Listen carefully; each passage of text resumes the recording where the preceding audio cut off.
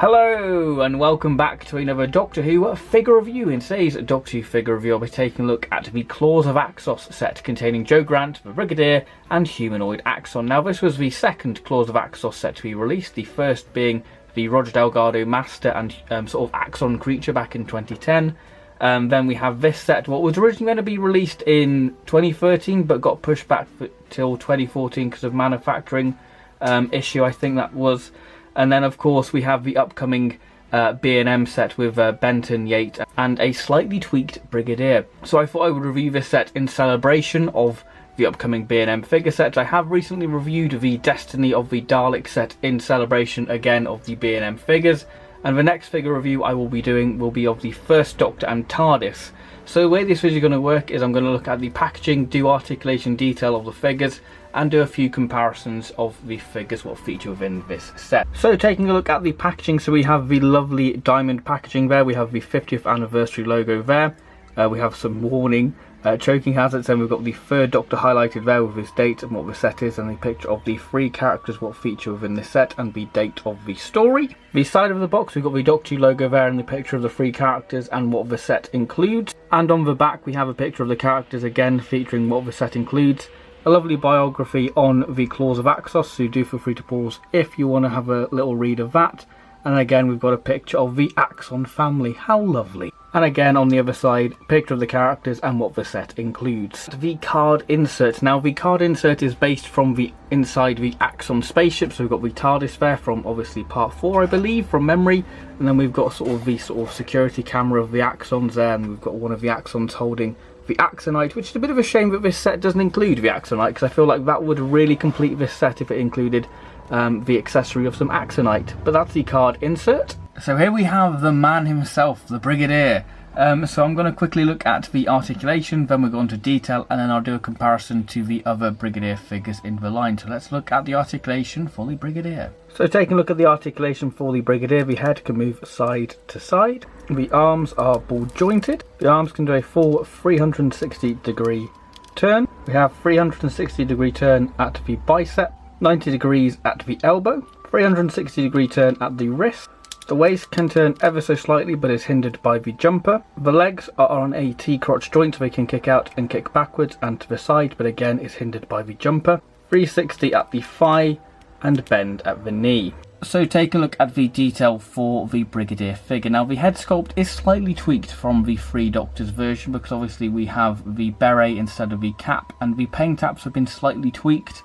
And I think that the paint taps on this Brigadier are a lot better than the 3 Doctors one, which I'll show you when I do the comparison, because the paint taps are a lot more sharper and crisp, and this really does show how good of a sculpt character options got of Nicholas Courtney. So if we take a look at the beret, now the beret's done really well, as we've got the sort of crimpled effect to show where sort of Nicholas Courtney's head doesn't quite fill the whole beret, which is done really well, helps give it that sort of lifelike effect to it. And then we've got the sort of where the beret sort of folds over, and we have the black trim going all the way across the bottom half. One really good detail about this Brigadier figure is the beret badge. As you can see, we've got the unit logo printed there, and we've got this sort of grating effect on there as well, which I think is really excellently done for the scale of this figure, and to have that tiny amount of detail, it really does set the figure off brilliantly. Now the paint taps on the face are a lot lighter, and I think that works a lot better, because you can really see the sculpt of Nicholas Courtney. You've got the lines on the forehead, you know, you can see sort of the definition of sort of the cheekbones there, the sort of bone structure of his face. It's done really well. You know, the iconic mustache painted really well. It is just done excellent.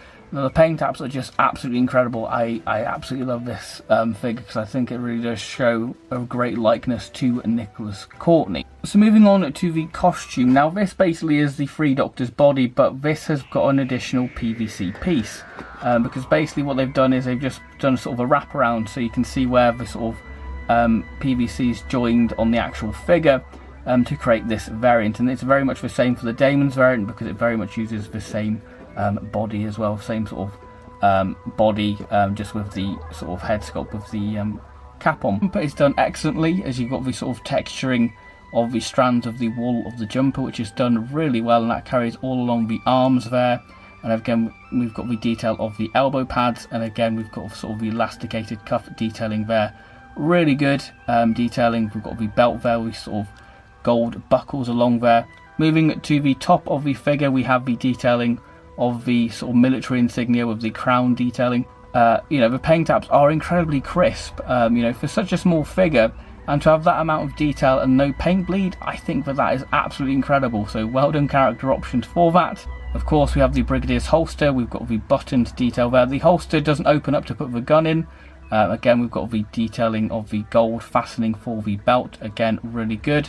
Now, the gloves are exactly the same as the Three Doctors version, but they are now black, which is inaccurate to the story, I believe, because I think from memory the gloves are brown, but obviously the updated B&M figure has the brown gloves, and I think the gloves are done really well. As you can see, you've got the sort of pattern detail on the gloves itself, which I think is a really good attention to detail. The trousers are just sort of a khaki colour. We've got the seam going along the trouser there, and sort of the plait detailing of the front and the creases where the trousers naturally fall. The shoes, again, done rather well. We've got the sort of detailing of the lacing and where sort of the panelling detail where the shoes all been cobbled together, and then we've got a sort of black sole to give it sort of a definition to show where the sole of the shoe is and where the actual shoe starts. So here we have the Brigadier figures all lined up. So we've got the B&M 2018 release, then we've got the revised Brigadier figure, then we've got the Claws of Axos Brigadier, the Damon's Brigadier, and the Three Doctors Brigadier. It's like a Brigadier boy band, isn't it, really? So what I mean by the paint apps being a lot more crisper on the Claws of Axos one and the Damon's one, actually. Now, the paint apps on the Claws of Axos Brigadier I feel are a lot more sharper and a lot more crisp, because I feel like the Three Doctors paint apps on the head sculpt is quite heavily applied, so you do lose the detail. So I feel like the Claws of Axos one and the Damon's Brigadier figure have a lot more sharper paint apps, and I guess a lot more thinly applied, so you get to have the detail on the, you know, the forehead and everything. So I feel like the detailing is a lot sharper, and I feel like the likeness to Nicholas Courtney is so much more clearer on the Claws of Axos and Damon's Brigadier. So if I get the Damon's Brigadier figure quickly, just to show you the revised paint apps, because it's basically the same head sculpt, but the paint apps have just been applied a lot better. You can see the Damon's one just has such more likeness to Nicholas Courtney, even though it uses practically the same head sculpt. So moving on to accessories for the Brigadier. The Brigadier, of course, comes with his trusty pistol. The detail is done rather well. As you can see, we've got the nice trigger detailing there and sort of the section detail of the gun, and of course that just plops into the Brigadier's hand like so. And of course you can have him with the dynamic poses holding the gun, because, you know, the Brigadier needs his gun, because, you know, if that's a Brigadier, he likes shooting things.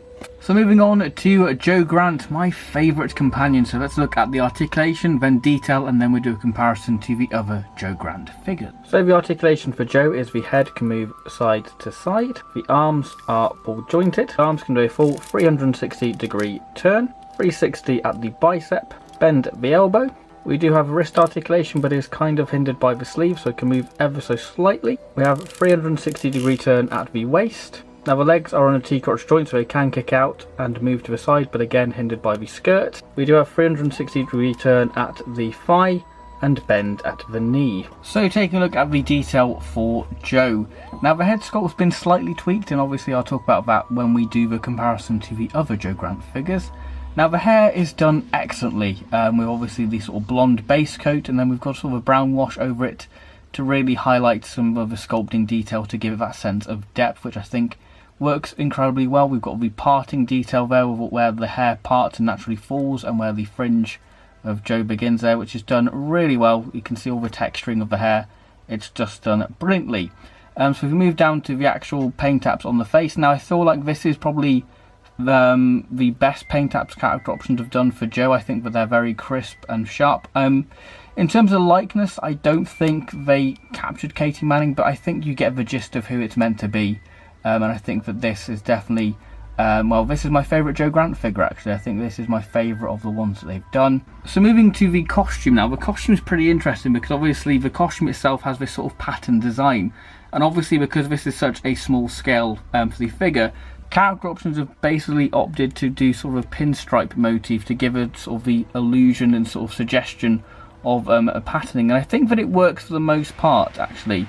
And I think that the detail is really well. As you can see, you sort of got the detail of the blouse underneath the jacket, And then we've got the really good attention to detail of the little mouse little badge there, which I think is a really good little attention to detail by character options. So we've got the buttons sculpted there on the actual jacket, and again we've got the pocket sculpted there, and we've got the sort of base sort of pinkish colour, and then sort of a green sort of stripes over there to give the sort of illusion of patterning, which is again carried on the arms. And then we've got the sort of frilly sleeves, which is very in keeping with the third Doctor with the frilly cuffs, which is really cool. Again, on the back we've got a creasing to give it that lifelike effect. On one of the hands we have the rings sculpted because, you know, Jo is a groovy lady. You know, she is a character of the 70s, and then on the other hand the rings are just painted. So we move down to the skirt now. There's not much to say. Instead of it, it's just this vibrant purple which matches the blouse cuffs, which is really well. And then the legs, we've got the trademark Jo Grant go-go boots. Again, we've got the creasing detail to give that sort of leather effect and sort of show where it all crimples together. And then we've got the sort of zip there where it all zip together of the boot. And then again we've got the sort of heel detail there, and it's just done really well. Really good detailing on that. So here we have the Jo Grant figure lineup. So we've got the Claws of Axos Jo, and then we've got obviously the Time Monster Jo, and of course we have the Three Doctors Jo. So what I mean by the face sculpt being slightly tweaked, so if I just bring in the two figures here, and if the camera will focus, as you can see, the Claws of Axos Jo has much more of a neutral face instead of the sort of grinning sort of face of the Three Doctors one. I know Jo's quite a bubbly character, and I guess this sort of head sculpt reflects Jo more, but I personally prefer the more neutral look for Jo, and I think that's why this figure is probably my favourite Jo figure character options have done so far. So moving on to the final figure in the set, which is the Humanoid Axon figure. Now this was on many people's lists since 2010 when we saw the Axon creature release, and I myself was included because I really wanted a Humanoid Axon figure because, you know, the Claws of Axos is one of my favourite Pertwee stories, because it was one of those first stories I saw of the classic series, and I think that the Axons are incredibly iconic to the Pertwee era, because I think the Pertwee era is full of so many wonderful iconic monsters, sort of original monsters in the sense of, you know, Draconians, Axons, you know, the Daemons, to name but a few. So it's great to finally have, you know, it's great to have a Humanoid Axon figure to go with your Axon creature. So let's take a look at the detail, articulation, and then I'll do a comparison. Taking a look at the articulation for the Axon man, we have the head can do a full 360-degree turn, ball jointed arms. The arms can do a full 360-degree turn, 360-degree turn at the bicep, bend at the elbow, 360 at the wrists. The waist can turn but is very stiff. The legs can kick out and to the side, and of course you can do the splits. We have a 360-degree turn at the thigh and bend at the knee. So moving on to the detail for the Axon man, it's a bit of a shame that the Axon man doesn't have his family, because that would have really completed the Claws of Axos lineup, wouldn't it? But the detail for this is stunning. I think that character options have done a brilliant job replicating the Axon humanoid figure. So if you take a look at the head sculpt, now the head sculpt's done really well. The hair is done brilliantly. As you can see, we've got the sort of base coat of gold, but then we've got a sort of a bronze wash over it, which really does highlight sort of the angelic sort of curl. You know, the sculpting detail what character options have done, it's just done excellently with all the different sort of curling detail there. And then we move on to sort of the angelic sort of face. You know, the hair sort of reminds me of sort of ancient Greek thing, what you see in sort of an ancient Greek history. So the sort of face, I believe is a little bit squished. It's a little bit pinched, especially from the side you can see it, but you know, front on it doesn't really matter. So you can see sort of the sort of eyes there protruding, which is done really well. We've got the detailing of Bernard Hollier's sort of face structure, which is done really well. Again, we've got the detailing of the collarbones where the sort of the leotard doesn't quite go up there, because obviously it'll look a bit unnatural. Because obviously the base figure for this is Sharash Jek, and obviously the Axons basically wore a leotard, so obviously it doesn't quite work in the sense that it should, because obviously you've got the sort of sleeve detailing there, but I think that it just about gets away with it. And to be honest, I'm just happy to have an Axon, humanoid Axon, so I'm all fine with it. So we've got the lovely detailing of the actual sort of gold there, which was really reflective. So we've got sort of a beige base coat for the figure, but then we've got the really great sort of metallic sort of gold finish sort of patterning, which really does stand out in the light, which is just excellent. I absolutely love this.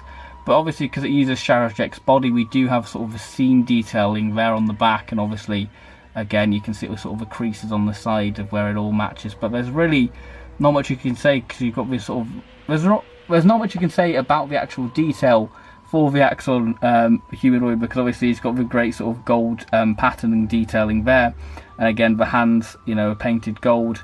You know, it's just done really well. So I really do like the detail for the humanoid Axon. It's just done really well. I absolutely love that. So moving on to the comparison of the humanoid Axon. Now, it's not really a comparison, because it's basically me just showing you the bits and bobs what made up the Axon humanoid. You know, and I think that if we can, you know, very much like the B&M stuff, if we can get, you know, slightly tweaks a few figures to get a new character, I'm all for it, because, you know, if it's a new figure on the shelf, I'm very happy about that. So the body for the humanoid Axon is Sharazjek, you can tell by the creasing. Now, it's always sort of surprised me that Character Options never did a Vord figure, because they basically could use the Sharazjek body to make a Vord, to just remove the belt and all that, and you've got a Vord, really. So it does surprise me, and obviously adapt the feet, and then you'd have a Vord figure. So, you know, Character Options, make a Vord, please. That'd be great to have another 60s monster on the shelf. But yeah, you can tell that it's Sharazjek for the body. Now, the legs, this is where it gets a bit interesting, because the legs, I believe, are from Sutek, ever so slightly. I don't know if you can see, but the legs are basically Sutek. And the hands, I believe, are the 5th or the 4th or the 6th Doctor hands, because, you know, I think the Doctor's hands are pretty interchangeable, really. So there we go. That's what makes the humanoid Axon. Now, the Axon humanoid looks brilliant next to the Axon creature. Just absolutely completes the lineup of Axon figures, really. So that concludes my review of the Claws of Axos set with Joe Grant, the Brigadier, and Axon humanoid. I think that this is a brilliant set, even though I do have one major fault with this set, and I think that the Axon humanoid should have come with some Axonite, because the Axonite is a huge part of the whole story. You know, that the whole Axonite is such a great concept as well, that this sort of thing can stop world famine and all that kind of thing. So I feel like that would have been a really great inclusion, and would have really completed the set, in my personal opinion, if the humanoid Axon come with some Axonite, because I think that would have been marvellous. And I think it would definitely complete the set for me. So I think that this is a really great set. I feel like the Joe Grant figure is probably my favourite Joe figure Character Options I've ever done. The Brigadier, I absolutely love. The paint apps on the face are so crisp and sharp, and it just has an excellent likeness to Nicholas Courtney. So I feel like Character Options really refined the paint apps for the Brigadier. And the Axon humanoid figure, I think is great. I'm a big fan of Doctor Who monsters. You know, so the more monsters and aliens we can get, the better. And I think the Axons, like I said, are such a huge part for me of the Pertwee era. It seems right to have a figure of them. You know, I think they're quite, you know, they're very iconic. I think they're quite iconic in my eyes. I do believe they are very iconic to the classic series. So it's great to have a humanoid Axon, and like I said, he does look brilliant next to the Axon creature. And I cannot wait to add Benton and Yates to this lineup, and obviously, you know, do a sort of Claws of Axos display. You know, we just need like a proper Third Doctor variant now without the cravat, and we'll be ready to have a Claws of Axos display, which would be lovely. So I cannot wait to have Benton and Yates to add to that, because it'd be great, because Claws of Axos, like I said, one of my favourites.